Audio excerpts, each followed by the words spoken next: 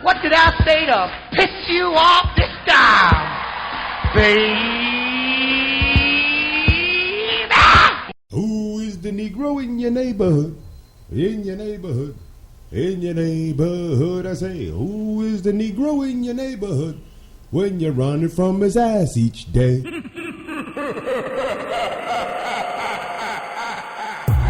Black people don't hope, we wish. Something that crazy could only come from you. Right now you live in beliefs. You want to believe things. Belief is ignorance. Right knowledge is to know. You understand that? Belief is ignorance because belief is the acceptance of things that you do not know. And every one of your prayers end with Amen. Let me hear you say amen. Oh, let me hear you say amen. Amen, which is the ancient Egyptian god Amun, and the rock was the sun in us as the original people of the sun. And we roam the earth millions of years, 17,250,000 years to be exact, before Adam was created 49,000 years ago. Now, we don't know good people from bad. We don't know good food from bad. We don't know good music from bad. We don't know anything, and we were the ones who knew everything. And so they put us under a spell. What kind of spell? The spell of ghost worship. You understand? Ghost worship. And they said gospel, ghost spell. All you know is what they told you, and you have belief in what they told you. When we were in our right state of Elohim, we didn't have beliefs. We knew because we were the gods that everybody worshipped. They made us hate the rising of the sun by telling us, make sure you don't make fudge while the sun is rising. That's because we were sun people. People trying to get away from the sun made us start hating the sun. How'd they make you hate your hair? No, by telling you to pick cotton. The moment we start combing our hair and cutting our hair and putting our feet on the grass again, things are going to start opening. We lost our eye and our light is dim. Oh shit, they're flying above me. God damn it, I hate it when they're flying above me. Y'all know who this is, what the hell? Shit. Man, that shit going on. Okay, from New York to Jamaica, Cali to Japan, Domo, live from Ground Zero. It's the fastest 30 minutes on air. Your radio show of shows. That's right, bitches. Fucking Bust That Ass Radio, 83.17 FMX. And of course, you know what the X stands for, baby. That's right. You never fucking saw me coming when you never saw where I was at, dumbass. Yo, Black Lenny Bruce on the loose. Who's better than that bald and mini-me two-pump chump of a boyfriend you call? Yes, and I'll run rings around that ass like Saturn, so test me, bitch. And if I say anything to offend you, then you know I'm doing my motherfucking job, because you have the option of turning me off when I keep turning you on again and again and again and again. So you know how we go through this. Let's ride, bitches. LA racist entitlement. All right. Here's the question of the day. What size are the scales of justice when every word has little meaning to do with the fact that its mere existence is a long-standing joke from behind bars? Or how fast can you roll a blunt without being gang raped by the feds for healing your excessive mental and physical pressures when we're the enemy of what? Them or us? You be the judge. Hot shit today, ass busters. As proponents of medicinal marijuana say they have collected enough signatures to force a ballot referendum to repeal LA's ban on pot dispensaries. The ban was originally passed after a failed attempt to regulate close to 1,000 dispensaries. Actually, it's 974 of those motherfuckers. But an amount that both sides agree is out of control. Don Duncan with American for Safe Access quotes, "The best thing we can do right now is see to it that whichever facilities are open in LA are well regulated and held to a legal standard." What the fuck is a legal standard when the feds fucking tell you no and the state says yes? See, we're still gonna go back into that fucking loophole. Just remember, the ban doesn't establish any legal standard or operational guidelines. It simply pushes everything out of sight, unquote. On a turncoat note, from Busted Asshole to Benedict Arnold, Jose Wazar quotes, "At the end of the day, we still have a terrible state law that makes no sense." And he says, and he goes on to say, and that's why cities continue to have litigation. Cities continue to fumble with what's the appropriate way to set up a system to provide for access while protecting neighborhoods, unquote. All right, you know where I'm going with this, all right? What the fuck, all right? Damned if we do, damned if we don't. I mean, fuck it. Everybody work for the fucking cartels. At least we know they'll fight the feds on equal terms of bloodshed at the end of the fucking day. Sheesh. I mean, with this much backpedaling to save face, it's no wonder LA City Council is off its fucking rocker when it comes to creative fiscal achievement. So, let's go over this real quick, shall we? Okay, when medical marijuana paid its exorbitant tax to an extortionary parameter, the stupid ass city is said to bring in crime because of the very nature of the weed. The only crime I see is when the feds come through and CCD, confiscate and close down a dispensary. You know, that's what that shit means. They close it down, it's beliefs on some trumped up bullshit that it's a linchpin to crime. Okay, like weed is the gateway drug to chemical dependency. Y'all motherfuckers is stupid, and that's spelled with 2 O's. Okay, only the FDA makes the rules that you must remain sick in order to be treated. And what's the first drug we take as kids? Cough syrup. Parents spend billions of years to toxify their kids with germ warfare prevention. But you know, let's move up the ladder from here. Okay. They slam their kids into processed sugar and chemically altered foods to speed up hormone production in children as early as 10 years old. This maximizes the stages of puberty, or the poof syndrome as I call it, where teenage pregnancies rise with the advent of more community stupidity. Oh, again, there's that double O word there. But this is a killer. When you finally figure it out, what you did to yourself with a lifetime of chemicalization, okay, it's too late, and you're sitting in an elder care home with a drool bucket around your diabetic neck, amputee, hair falling out because the weave you wore for decades was chemically laced with DDT. That's why it lasts for so long and costing the insurance company too much fucking money. That is, if you have any to begin with, or then maybe. Once that's gone, okay, once that's gone, then that's when, you know, that's when they boot your ass into the streets, or in many cases, force a killing so they can have space to bring in more junkies like you.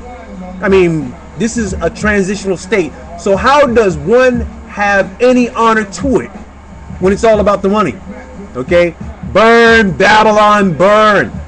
Until we learn better of living, you know, toxically, the war on marijuana will wind up being the ideology. Okay? But then, now you gotta ask yourself, is a war on marijuana a war against God Almighty? I mean, come on. You know my phrase, alright? God is perfect, man is not. Man-made whiskey, chemical, but God made pot, natural. Okay? We need more than 50,000 signatures because that shit's not enough. Hit up AmericansForSafeAccess.com for more details before we're stuck in a ganja holocaust. Think about it. I'll be black after this. Who is the Negro in your neighborhood? In your neighborhood. That's me, bitch. The pledge to resist. We believe that as a people living in the United States, it is our responsibility to resist the injustices done by our government in our names. Not in our name will you wage endless war. There can be no more deaths, no more transfusions of blood for oil. Not in our name will you invade countries, bomb civilians, kill more children, letting history take its course over the graves of the nameless. Not in our names will you erode the very freedoms you have claimed to fight for. Not by our hands will we supply weapons and funding for the annihilation of families on foreign soil. Not by our mouths will we let fear silence us. Not by our hearts will we allow whole peoples or countries to be deemed evil. Not by our will and not in our name. We pledge resistance. We pledge alliance with those who have undergone attack for voicing opposition to the war or for their religion or ethnicity. We pledge to make common cause with the people of the world to bring about justice, freedom, and peace. Another world is possible, and we pledge to make it real.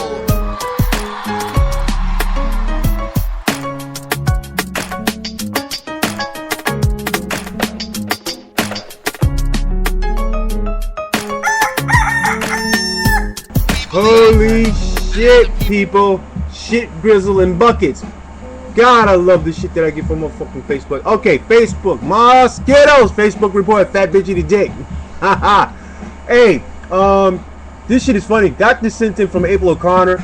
A Dave Garland cartoon of an old man walking with his wife.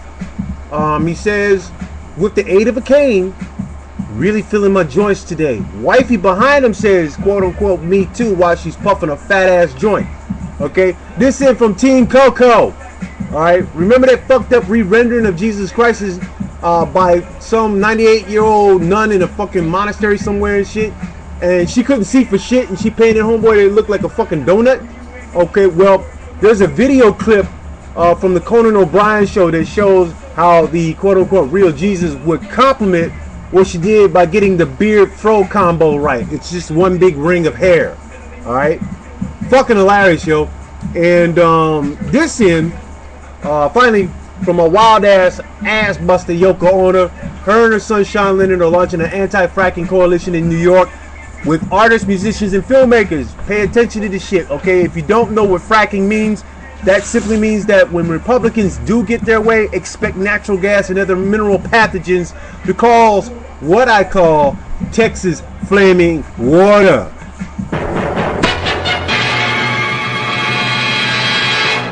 Spider-Man, y'all! Spider-Man, Spider-Man, does whatever a spider can. Spins a web any size, catches thieves just like flies. Look out, here comes the Spider-Man. Is he strong? Listen, bud, he's got radioactive blood. Can he swing from a thread? Take a look overhead. Hey there goes the Spider-Man. Bring it on, bitches! In the chill of night, at the scene of a crime, like a streak of light, he arrives just in time. Spider-Man, Spider-Man, friendly neighborhood Spider-Man. Wealth and fame, he's ignored.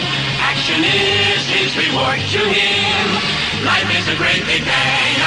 Wherever there's a hang, you'll find a Spider-Man. Holy shit. Damn, I love it when this motherfucker be fucking up. Anyway, cultural nepotism.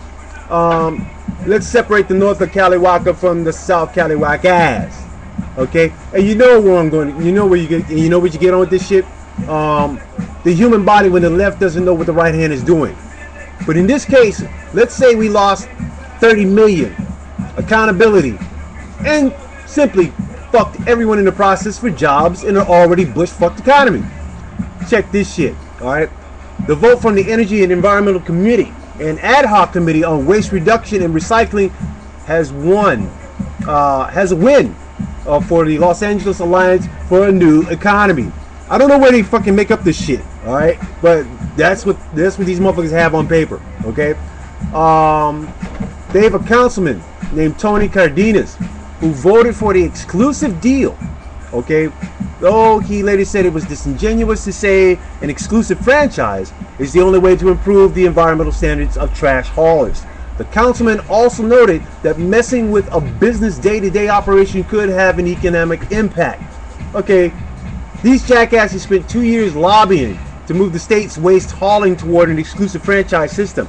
Under a proposal from the Bureau of Sanitation, the city's 6 trash zones would have to be divided into 11 collection areas.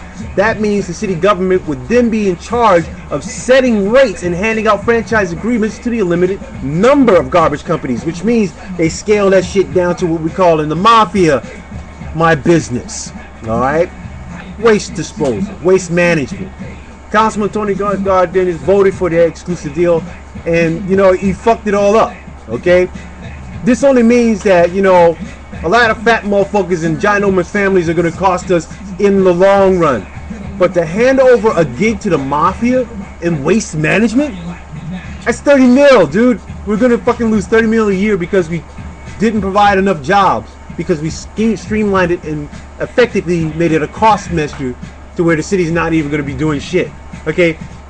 My idea is just don't be downwind of the stench of City Hall. Just think of the dump sites for new ground and public housing. Alright? Because when you can cover that shit up, nobody will fucking know. Radon gas, fracking, go with it. Alright? I just want to know where the county assessor was in all this shit.